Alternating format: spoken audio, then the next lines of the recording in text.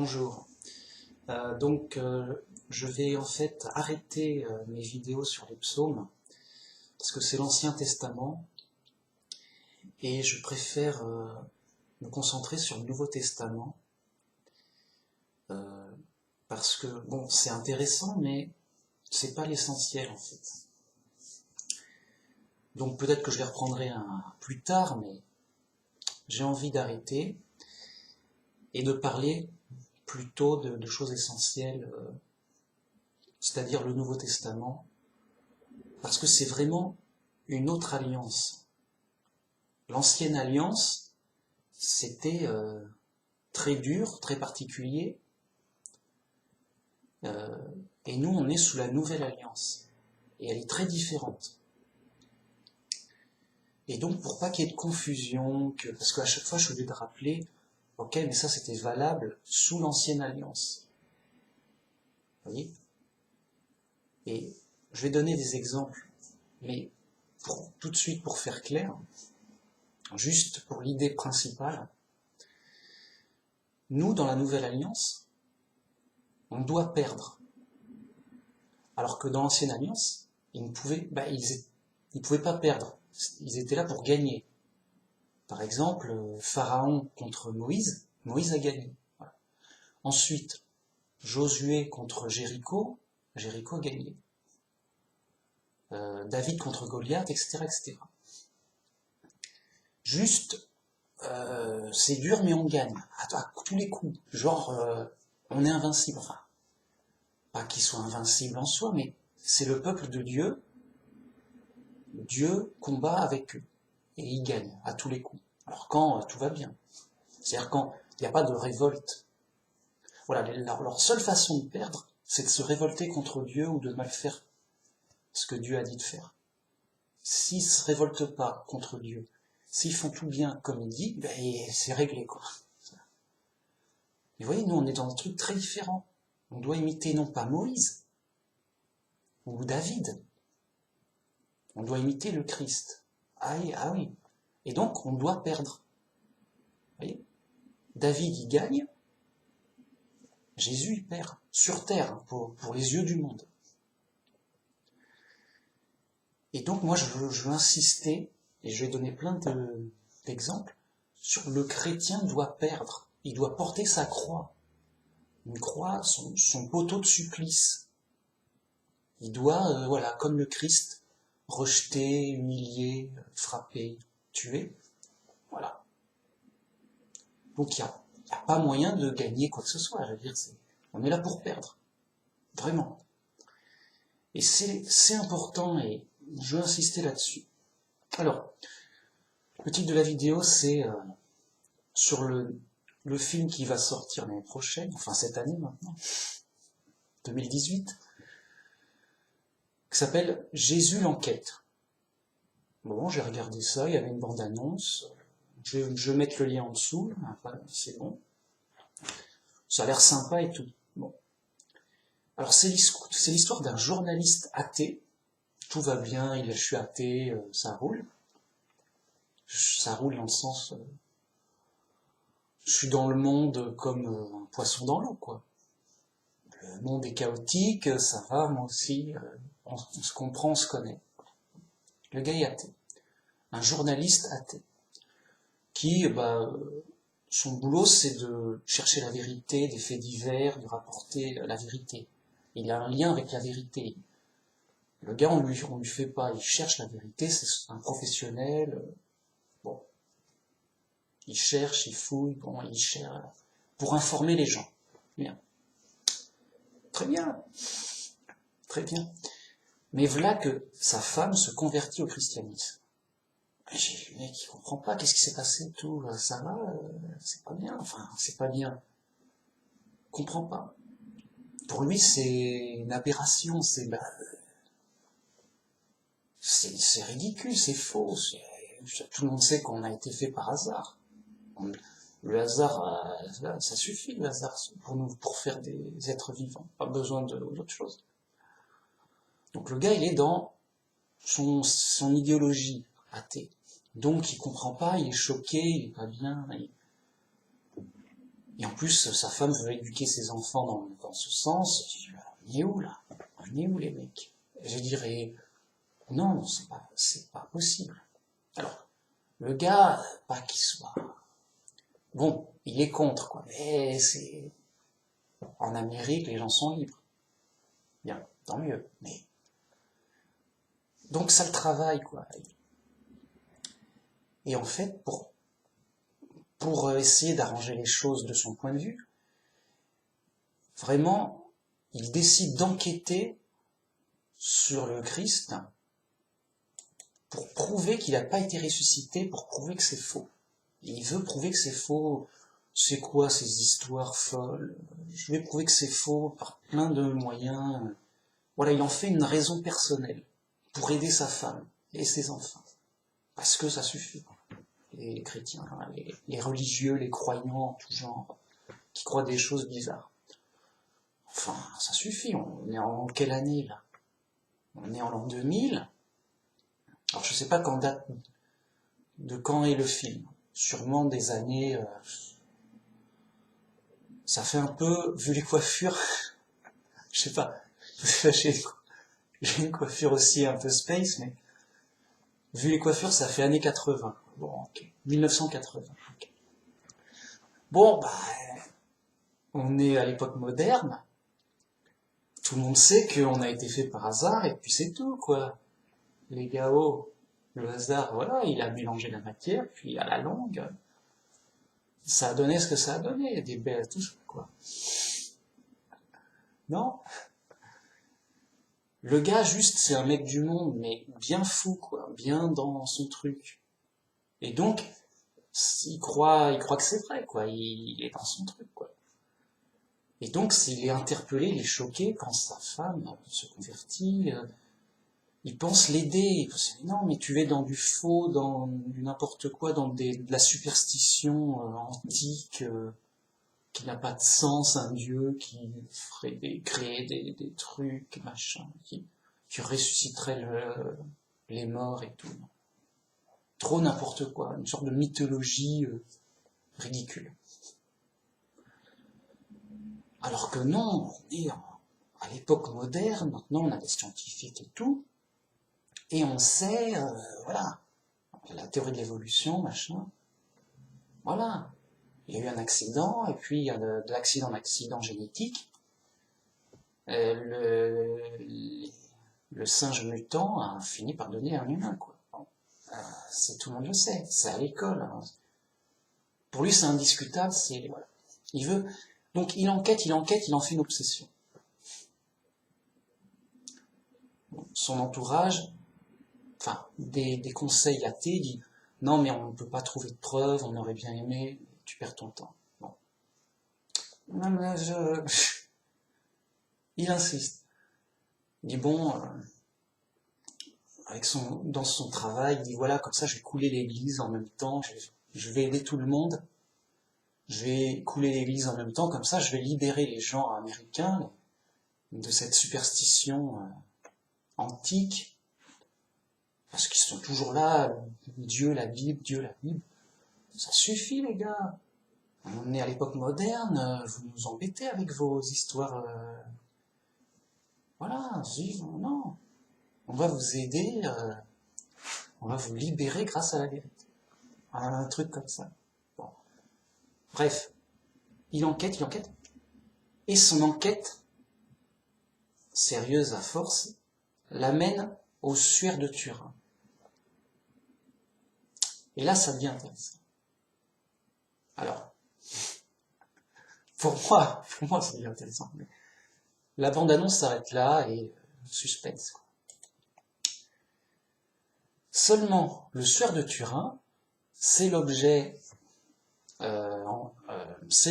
donc ancien, l'objet historique ancien le plus étudié au monde. Scientifiquement, attention, pas juste je fais une thèse, c'est l'objet antique, enfin même de l'historique, le plus étudié au monde. Bien, scientifiquement, sur toutes les disciplines scientifiques, enfin, qui pourraient toucher l'objet, en tout cas. Ok, ok, ok. C'est intéressant. Alors, pourquoi c'est intéressant? Parce que justement, c'est la preuve scientifique actuelle, là, on est en 2018, les mecs. C'est la preuve scientifique actuelle que la Bible est vraie, que Jésus a été ressuscité. Pourquoi? Parce que c'est donc un drap mortuaire où le Christ était allongé quand il était mort. Et sur ce drap, il y a une empreinte mystérieuse, inexplicable par la science, de son empreinte du corps, de face et de dos. Bon. Alors, les conclusions scientifiques sont claires. C'est authentique, c'est pas un faux du Moyen-Âge, c'est un truc étonnant qu'on comprend pas, mais qui colle à ce qu'on dit de l'objet. À savoir, les évangiles disent, bah, il a été ressuscité le 3e jour. Donc, scientifiquement, c'est authentique. Alors, plutôt scientifiquement, historiquement, scientifiquement. Parce que un athée dit oh, non, je suis pas d'accord, parce que ça pourrait très bien être un extraterrestre qui a voulu faire une blague, avec de la technologie inconnue. Peut-être. Mais on pourrait dire ça pour tout ce qui concerne l'histoire.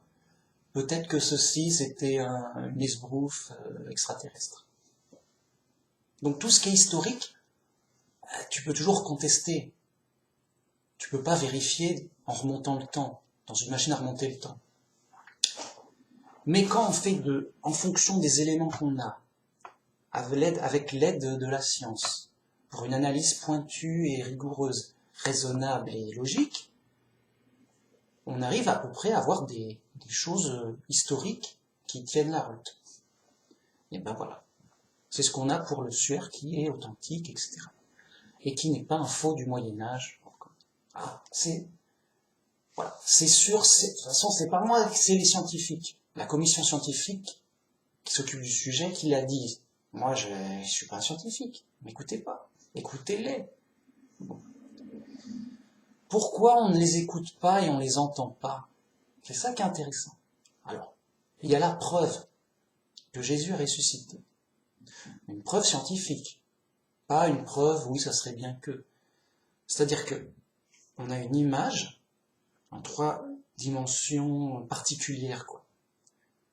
On ne sait pas comment elle a été faite, elle n'est pas reproductible, on ne pourrait pas. On ne pourrait pas refaire pareil, c'est trop mystérieux, c'est trop bizarre.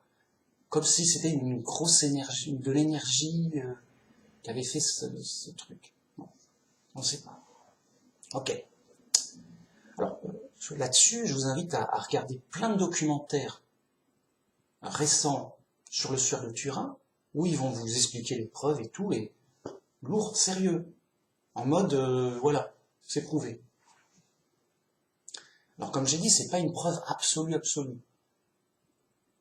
Mais il y a des preuves relatives, lourdes. En mode, il y a le tissage, le mode de tissage est une mode antique. Et on a retrouvé du pollen qui revient de la région de Jérusalem. Il y a des traces invisibles à l'œil nu qu'on trouve par les procédés de zoom, de photos, etc. Plein de détails qui font qu'un faussaire n'aurait pas pu faire ça, quoi.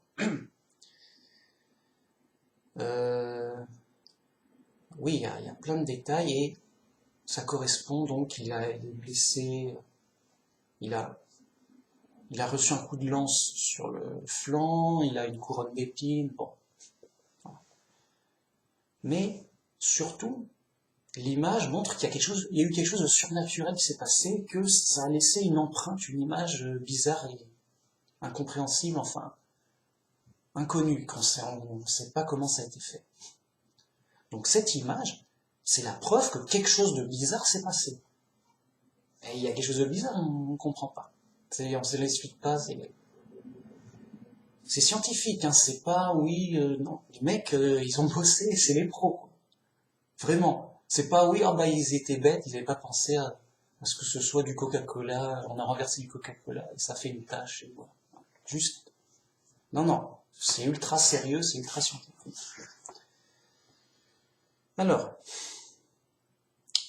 cette image est la preuve que quelque chose de bizarre, voire de surnaturel, en tout cas d'inexpliqué, s'est passé à cette époque antique, relativement à quelqu'un qui a la description de Jésus, et qui correspond aux Écritures de l'Évangile. Ça colle, ça correspond parfaitement. Et ça pourrait pas être un faux, sinon comment ils auraient fait? Ben voilà. Le faussaire serait plus savant que nos scientifiques actuels. Alors que le gars, il est à une époque... voilà. Donc faut être sérieux. On a vraiment la preuve que Jésus a ressuscité, la preuve scientifique. Pourquoi? Alors, déjà, de fait, écouter les scientifiques, c'est réglé. La chose est réglée. Maintenant, pourquoi est-ce qu'on a une preuve et pourquoi c'est pas connu? Et ce sera sûrement pas connu tout le temps. On met en mode, oui, il paraît que ça sera une preuve légende. Oh, moi j'ai une preuve légende. Ouais, bah, on s'en fout. Non, mais c'est une preuve scientifique, mec. Ça s'impose à la raison, ça s'impose à tous. C'est la preuve, point. Alors, à moins qu'on déteste la science. Voilà. Mais en théorie, les athées, ils détestent pas la science. Bon, en théorie. Maintenant, ils sont trop fous. Bon. Enfin, les pauvres, ils peuvent plus réfléchir. On peut rien pour. Alors, pourquoi on a une preuve? Jésus a dit, vous n'aurez pas de preuve si ce n'est le signe de Jonas. Alors, le signe de Jonas, c'est autant hein, le prophète Jonas était 3 jours dans le ventre d'un grand poisson et il en est ressorti vivant.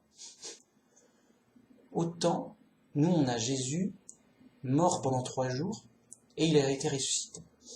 Et ce signe de Jonas, donc cette preuve, on l'a et par les témoignages des apôtres, oui, on l'a vu et tout, et par ce drap, justement, c'est notre preuve matérielle. Et c'est le signe de Jonas. Voilà, paf, une preuve. Cadeau. C'était une preuve que dès le Moyen-Âge, le pape du Moyen-Âge a dit oui, ça a été reconnu comme preuve, parce que oui, ça n'a pas été fait par les hommes, c'est impossible à refaire.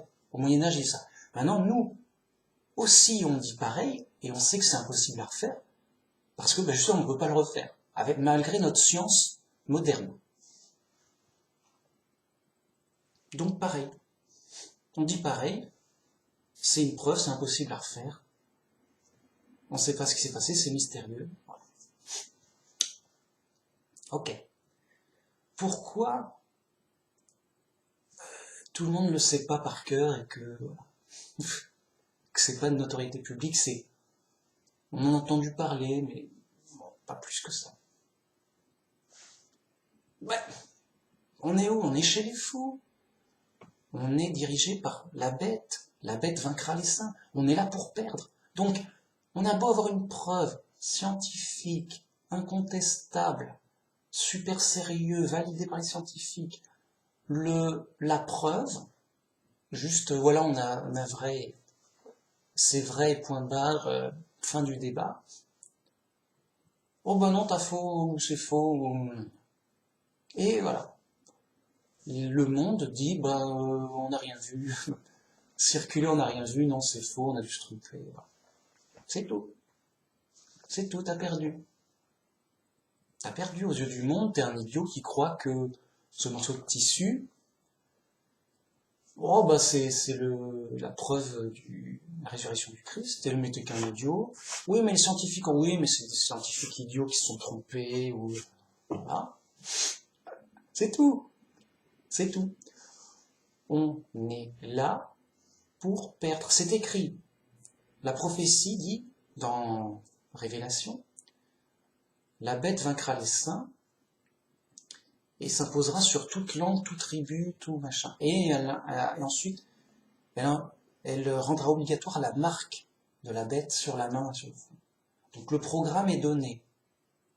De toute façon, il a été donné de tout temps. Enfin, le vrai chrétien, il est là pour perdre. Quand tu vois un chrétien qui gagne, ouais, j'ai tué mes ennemis et tout, oula, t'es sûr que t'es chrétien? Quand tu vois un chrétien qui gagne, donc Babylone la Grande, bah c'est Babylone la Grande. Le chrétien qui gagne, c'est Babylone la Grande. J'ai tué mes ennemis, je suis plus fort, je suis plus riche, c'est nous les chrétiens. Les faux chrétiens. Le vrai chrétien, de tout temps, il perd. Il fait pas de bruit, il est persécuté, humble, anonyme. Voilà. Comme le Christ et les apôtres. Frappé, tout, balayé. Il nous embête plus. Et toujours actuellement, ça n'a pas changé. Et le programme dans le futur, ce sera de pire en pire. La bête vaincra les saints. Déjà, à l'heure actuelle, c'est la défaite totale sur le point de vue scientifique, pour l'évolution, j'entends. La science a prouvé que la Bible est fausse. Salut, allez-vous-en. Comment ça, la Bible est fausse? Ben oui, la théorie de l'évolution, voilà, c'est prouvé entre guillemets par la science officielle.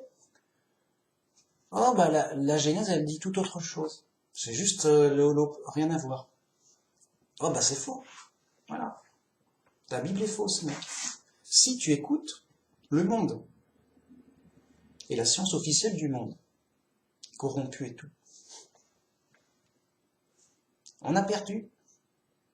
Et quand des scientifiques officiels et tout, hein, pas des mecs, oui, j'ai un petit diplôme, même pas, bon, vraiment sérieux, on dit voilà, ce suaire est authentique, en tout cas, on a tous les éléments pour, dans une démonstration historique, dire bah oui, c'est authentique, et voilà, et voilà, bon, et ben, bah rien.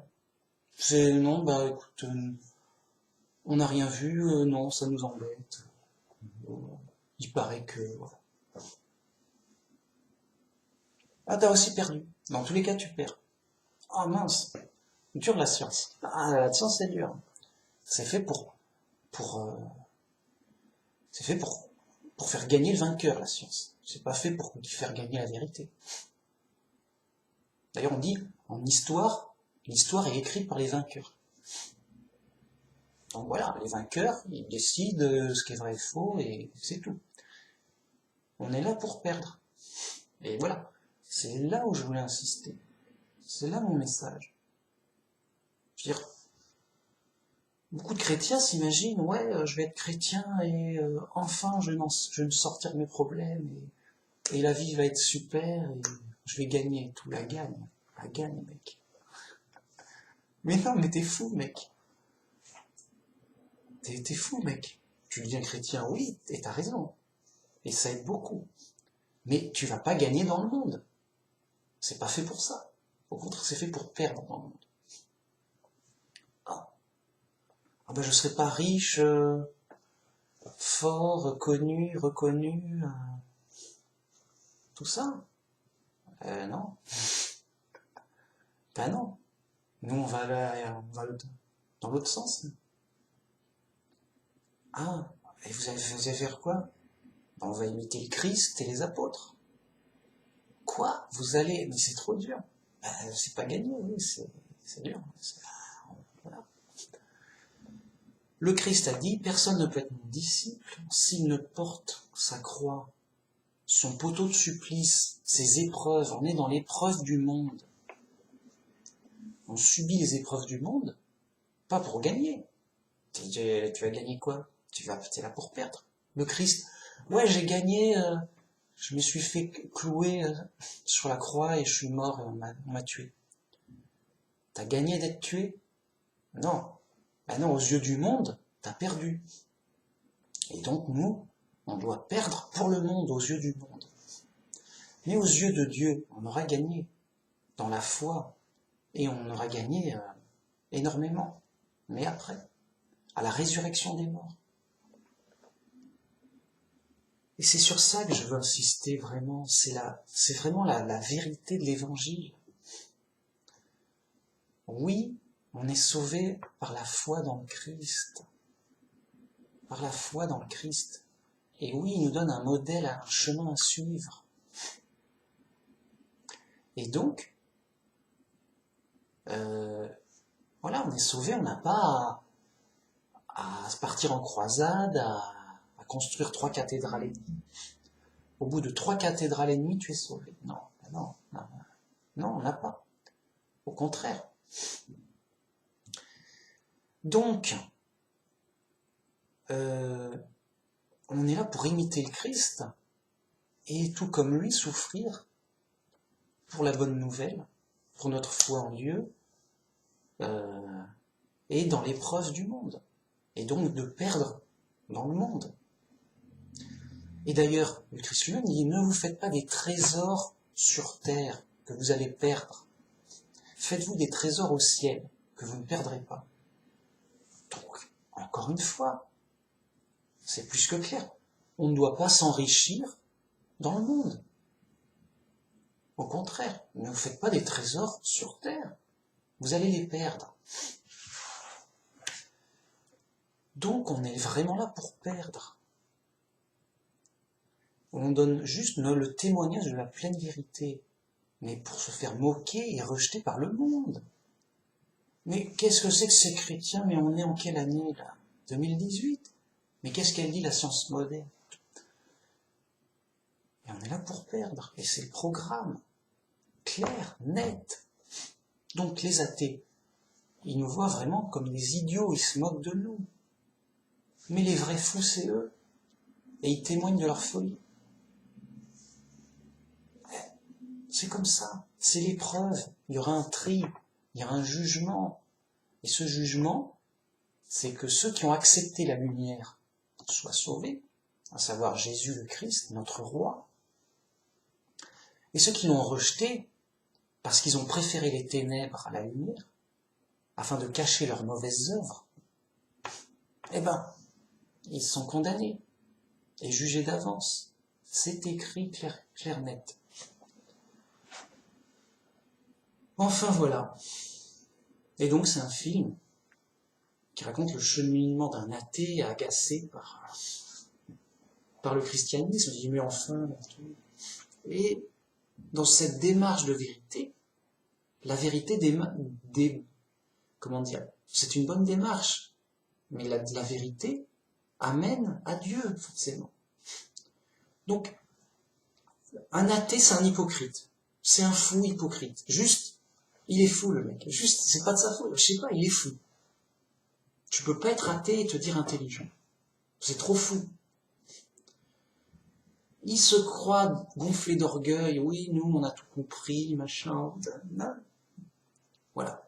Les hypocrites, les fous, ce sont eux. C'est juste des idiots. Voilà. Il n'y a pas d'autre mot. Imagine que quelqu'un te dit ma voiture, c'est faite par hasard. Il est un idiot, d'accord. C'est complètement faux. Il n'y a pas de discussion possible. C'est clair et net. Bah, c'est tout. Parce que un être vivant, c'est bien plus complexe. Ça n'a même aucun rapport de complexité, de fonctionnalité qu'une voiture. C'est juste un vaisseau spatial qui nous dépasse. Un robot futuriste qu'on comprend pas. Trop bien fonctionnel, trop high-tech. C'est tout. C'est tout. Un athée ne réfléchit pas. Sinon, il réfléchit, mais comme il est fou, il réfléchit mal. Il n'y a pas d'autre explication. J'en vois pas d'autre. C'est tout. Ils sont déjà jugés. Et pour folie, et pour avoir choisi les ténèbres à la lumière. C'est tout. C'est tout, c'est le jugement. On est dans l'épreuve, et les gens librement font leur choix. Donc, la femme de ce journaliste athée, elle était comme tout le monde de son temps, elle se posait des questions, elle était un peu athée, ça se trouve. Je sais pas. Pas vu le film, mais voilà. Bon. Puis un moment, avec l'expérience, la réflexion, on se dit, qu'est-ce qui se passe? Alors de toutes sortes de façons, ça peut être par réflexion, par un appel sentimental, ou par une intuition, ou par d'une influence, ou des fois un signe miraculeux, on ne sait pas, mais elle se convertit au christianisme. Un appel fort, elle est vraiment contre l'avis de son mari. Son mari dit, non, ça va pas, mais c'est n'importe quoi, ne fais pas ça. Il s'engueule, je sais pas. Elle devient chrétienne.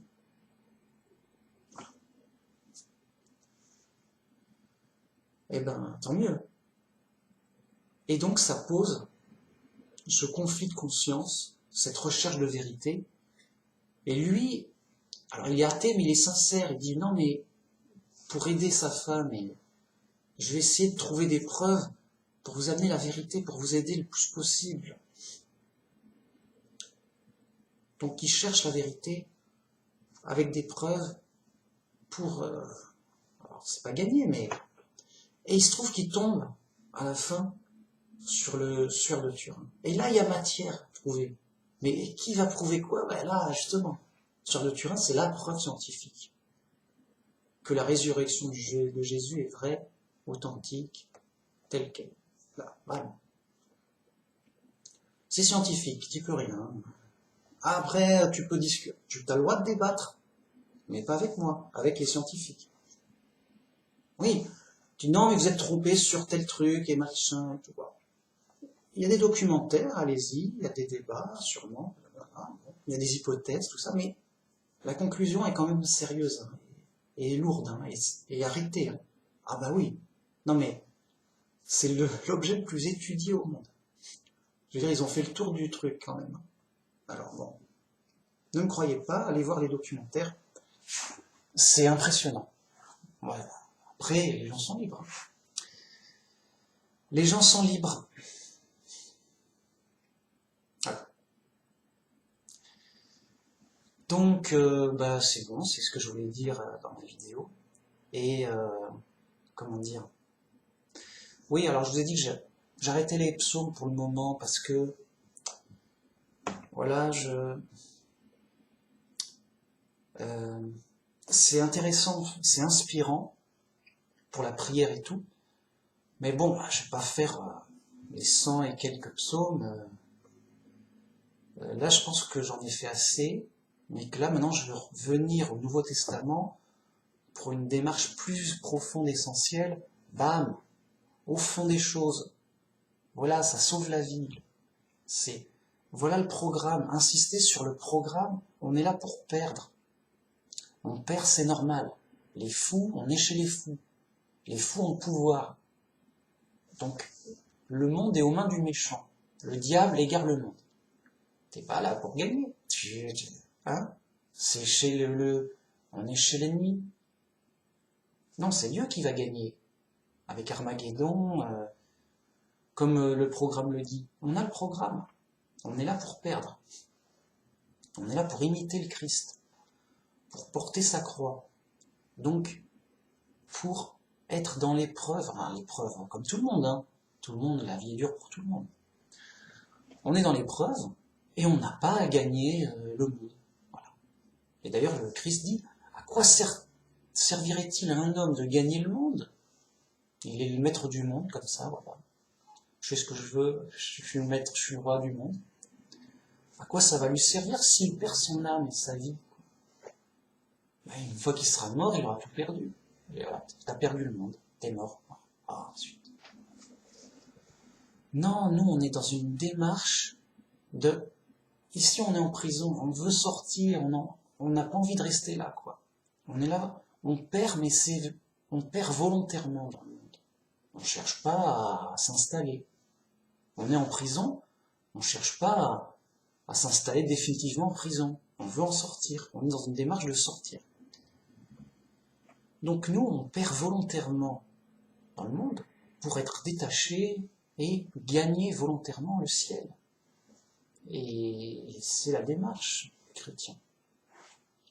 Et je vous ai dit, si vous voyez un chrétien qui gagne, Bah, c'est Babylone la Grande. C'est les églises du monde. Qu'est-ce qu'ils se font? Ils disent, hein, à quoi ça rime? Qui sont ces gens? Qui sont ces gens? Et en effet, ils délirent complètement. Bah, non mais Babylone la Grande, quoi. Elle tuait tout le monde, je veux dire. Elle tuait tous ceux qui étaient pas d'accord, quoi. C'était simple. Ah, t'es pas d'accord avec notre doctrine? Bon, bah, t'es un hérétique, et on va te tuer sur la place publique, voilà. Parce qu'on est des bons chrétiens. Non, non, non, c'est trop fou. Donc, voilà, et même scientifiquement, nous, on est dans une démarche de vérité. Il y a un passage qui dit, on n'a aucune force contre la vérité. Mais au contraire, on a une puissance pour la vérité. Et on cherche la vérité. Vérité. Dieu. Donc, même, mais, et en fait, voilà, les athées détestent la science. Ils sont impropres à la science. Ils ne savent pas ce que c'est que la science. J'ai dit, t'exagères, Emmanuel Max, t'exagères. Non, là, il y a des réponses scientifiques. Oui, mais c'est des mécaniciens, oui, je me suis fabriqué une voiture, ça roule. Ok, ça roule. Mais la science, c'est d'abord de la logique, mec. Tu peux pas faire n'importe quoi. Et la théorie de l'évolution, c'est juste n'importe quoi. C'est une histoire à dormir debout. Bon. Un scientifique aime un chrétien aime la science parce qu'il aime la vérité. Et il cherche la vérité. Point barre. Donc, la théorie de l'évolution, c'est de la fausse science. Et c'est par amour de la science que je dis, mais enlevez ça, c'est n'importe quoi. C'est horrible. C'est comme si quelqu'un aime les maths, et dans les mathématiques, il y avait un faux théorème. Faux, quoi. 1 plus 1 est égal à 3. Je dis, mais non, mais c'est horrible, enlevez ça. Non, non, on est les plus forts, on veut 1 plus 1 est égal à 3. Ah, mais, et la logique, et l'amour de la logique, vous en faites quoi? On s'en fout. Ah, d'accord. Un athée, alors il a sûrement raison sur la matière qu'il a devant le nez, quoi. Oui, le gars est journaliste, il voit ce qu'il voit, quoi. J'ai vu ceci, voilà. Il note. Voilà, ils sont pas, voilà, ils croient ce qu'ils voient, hein, au minimum quand même. Bon, mais la science c'est quand même très rigoureux. Et alors, si on fait juste de la science pour faire de la mécanique et réparer sa voiture, ok, un athée il peut réparer sa voiture. Mais si on fait de la science pour aller jusqu'au bout de la vérité et au bout de la logique, alors les athées sont impropres à la science, ils sont fous. Ils nous inventent le Big Bang, ils nous inventent la théorie de l'évolution, ils nous inventent la théorie de la relativité où on peut voyager dans le temps. Et où, je sais pas quoi. Non, juste, c'est trop faux, c'est la logique, non. C'est n'importe quoi. Donc, pour faire vite. J'avais dit quoi? Le Big Bang, voilà. Big Bang Boom, tout apparaît. Non. Pour les athées, il y a juste eu une grosse explosion, on ne sait pas pourquoi, comment, bon. Il y a eu une grosse explosion. Et pam, c'est bon, t'as toutes les planètes et tout est... Suite à une grosse explosion. Ok, ça reviendrait à... Je fais une grosse explosion dans un terrain vague, et paf, j'ai une horloge. Qui fonctionne, attention. Peut-être que j'exagère dans mon exemple. Mais bon, passons. La théorie de l'évolution, c'est le hasard a fait ma voiture. Ça. Et la théorie de la réalité, c'est j'ai inventé la machine à remonter le temps. Ça. Non, c'est pas possible. Ça va contre toute la logique. C'est juste impossible. C'est une impossibilité absolue. Voilà. Il y a l'espace est infini. Il y a des fous pour dire que l'espace est fini. Et on ne peut pas voyager dans le temps. Il y a des fous pour dire on peut voyager dans le temps il y a des différences de temps, là, le temps, je sais pas quoi. Non. Juste non. Tu peux pas même ralentir le temps d'une seconde. Tu dis oui, oh, j'aimerais bien gagner une seconde là. Tu peux ralentir le temps une seconde s'il te plaît? Ouais, ok, je vais cliquer sur la machine et je vais ralentir le temps d'une seconde. Voilà. Ah merci, comme ça j'ai plus de temps. Enfin, je sais pas, ça n'a pas de sens en fait. Enfin, de toute façon, c'est pas une vidéo là-dessus, mais c'est juste des folies abstraites de fou, quoi. C'est une certitude à 100% que le hasard peut pas faire quelque quoi que ce soit de fonctionnel, comme une horloge ou une voiture. Ça se discute pas. Et c'est une vérité absolue qu'on ne peut pas voyager dans le temps et que l'espace est infini. Alors après, il y a des démonstrations et tout, mais c'est juste pour info vite fait comme ça. Pour montrer que les gens sont fous. Vraiment. Mais qu'importe. Voilà. C'est fou, mais ils vont gagner. C'est fou, on a raison, on est sage, on a raison, mais on va perdre. C'est prévu, c'est le programme. La bête idiote, bestiale et méchante, là, la bête vaincra les saints, les chrétiens intelligents et tout. La bête vaincra les saints. C'est écrit. Et ça, c'est le programme. Et après, il y aura Armageddon et Dieu va juger le monde dans sa colère. Et ça va être horrible. Tous les fléaux sur la terre, sur la bête et tout. La bête qui sera le gouvernement mondial, je suppose. Voilà. C'est pas une bête, un monstre quelconque, c'est une image pour dire un gouvernement mondial. Okay. Voilà, c'est tout, c'est simple, c'est simple. Et donc, on est là pour perdre. La vérité est là pour perdre. La justice est là pour perdre. La bonté aussi. L'amour aussi. Le chrétien est là pour perdre. Qui va gagner? La bête. L'erreur, le mensonge, la folie, la méchanceté, la cruauté, la méchanceté, l'injustice. Ils vont gagner. Et après, ils vont être jugés pour Armageddon. C'est le programme. Voilà. On va porter notre croix, notre poteau de supplice dans l'épreuve, c'est dur, mais tout comme les apôtres, on est aidé par Dieu, on est dans la joie de la bonne nouvelle, on sait qu'on sera sauvé, et on souffre avec le Christ. On souffre avec le Christ pour Dieu, pour la vérité, pour le salut, pour le bien de tous. Et ça, c'est important, essentiel. Bam! Et là, bon, c'est un prétexte, ce film, à échanger sur le fond de la chose. Le film, il va pas dire ça, quoi. Hein, bon, moi, je suis là, au fond des choses. Pourquoi? Comment? Qu'est-ce que? Qui a fait quoi? Tout, quoi. Voilà. Jésus l'enquête. On veut savoir. Et oui.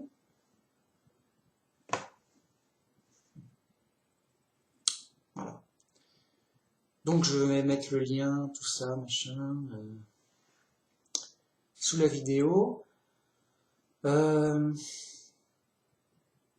C'est bien, voilà.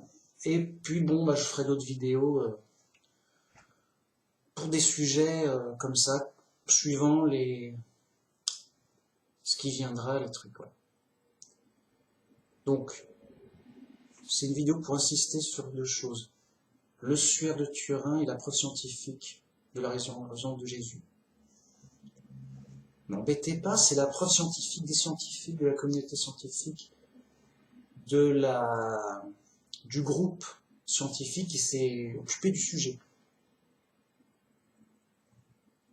Et sérieux et tout. Informez-vous, documentaires sur YouTube, tout ça. Il y a plein de trucs forts. Donc c'est vrai, c'est sérieux, c'est prouvé. Les gens ne savent pas. Comment ça se fait? Oh, bizarre. Comment, les gens savent pas prouver scientifiquement que c'est vrai, l'évangile? Oh, même les chrétiens, et beaucoup ne le savent pas. Ouais, beaucoup, même beaucoup. Ouais, même les chrétiens, même les chrétiens qui refusent, qui rejettent ça. Non, nous, on n'a pas besoin de preuves scientifiques. Oui, mais si t'en as une, c'est mieux. Non, non, non. C'est fou. On est là pour perdre. La vérité est là pour perdre. Donc, vite, dépêchez-vous. C'est la vérité qui vous libérera. Et c'est le Christ qui vous sauvera. Si vous voulez pas, hein, attention, hein. On est dans l'épreuve. Dure. Ensuite, ben voilà, justement, je voulais rappeler clairement qu'il faut pas se tromper, on est dans l'épreuve, on est là pour perdre. On va perdre dans le monde, on va perdre aux yeux du monde, on va passer pour des idiots, on va être moqué, insulté. Bien, c'est normal, tant mieux, enfin tant mieux. Tant mieux, on va souffrir pour la bonne nouvelle. On va être séparé des fous. Les fous nous rejettent, tant mieux, ben on rejette les fous. On ne sera pas avec les fous, tant mieux. Voilà. Mais les fous ont le pouvoir, les fous sont les méchants, les plus forts. Et nous, on est là pour perdre dans le monde. Mais on a l'assurance et la promesse de Dieu qu'on va gagner à la résurrection des morts. Pour le ciel, pour le paradis, on va gagner. Et c'est ça qui est important.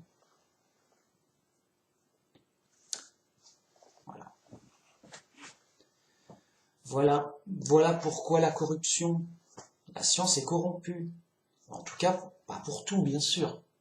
Mais comme par hasard, pour le sujet de l'évolution. Ah, bah voilà, ils ont prouvé que la Bible était fausse. C'est super, non? Et quand la science nous donne raison, on n'entend rien. Qu'est-ce qui se fait? Quoi? Non, oh non, on dit rien, des rumeurs. Des rumeurs, des légendes scientifiques. Oh, c'est nouveau, des légendes scientifiques. Il y a une légende scientifique qui dit que le suaire de Turin est authentique. Authentique en termes historiques, mais aussi authentique en termes de l'évangile religieux, parce que c'est une marque surnaturelle, une marque inexplicable, mystérieuse, et qui correspond au mystère décrit par l'évangile. C'est une double preuve. Et historique, oui, bah c'est bien la vie de telle personne de l'Antiquité, de telle personne historique, bien sûr, mais c'est même pas là l'intéressant. L'intéressant, c'est oui, mais il y a une marque mystérieuse, surnaturelle. Qu'est-ce que t'en fais? Et on sait pas. Ah oui, bah oui, mais tout colle avec l'évangile. Ouais, mais bon, c'est pas. Ouais, mais oui, mais on sait que c'est pas un faux, que c'est pas de la peinture, que c'est pas. Ça, on sait, et c'est prouvé. Pas de traces de peinture, etc., etc. Le sang, c'est du vrai sang, machin, tout. J'en passe.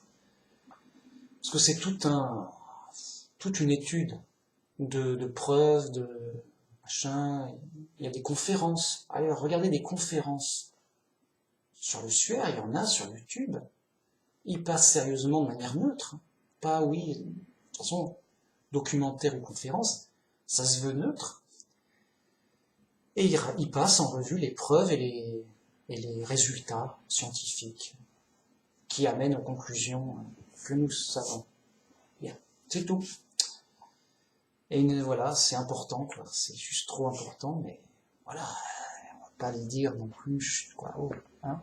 Bon, voilà, c'est important, c'est super, voilà, quoi. Et oh, qui le dit? J'entends rien. Oh, ah oui, quoi, non? Quoi, il faut le dire? Enfin, moi ici c'est clair, c'est direct. C'est je te dis, autant que je le crois et que je l'ai compris, la vérité pleine et entière de l'évangile. Bam! Vérifie dans l'évangile simple si ça colle. Ne me crois pas moi, crois l'évangile. Et c'est plus qu'évident. On est là pour perdre. Et ça marche. Un vrai chrétien, il perd. Il n'y a pas de problème. Il va pas gagner quoi que ce soit. D'ailleurs, c'est gratuit. Dès que vous voyez que c'est payant, attention, qu'est-ce qui se passe? Moi, mes vidéos sont gratuites. je témoigne de la vérité de l'Évangile gratuitement. Et je demande de vérifier, croyez dans la Bible, écoutez ses arguments, ses preuves, voilà. Les gens sont libres. Voilà. Bien, une prochaine fois pour une autre vidéo où je pense que voilà, je vais me concentrer plus sur l'essentiel du Nouveau Testament, tout. Et puis on verra, hein, c'est pas fait d'avance, hein, on verra bien. Merci beaucoup, à la prochaine, au revoir.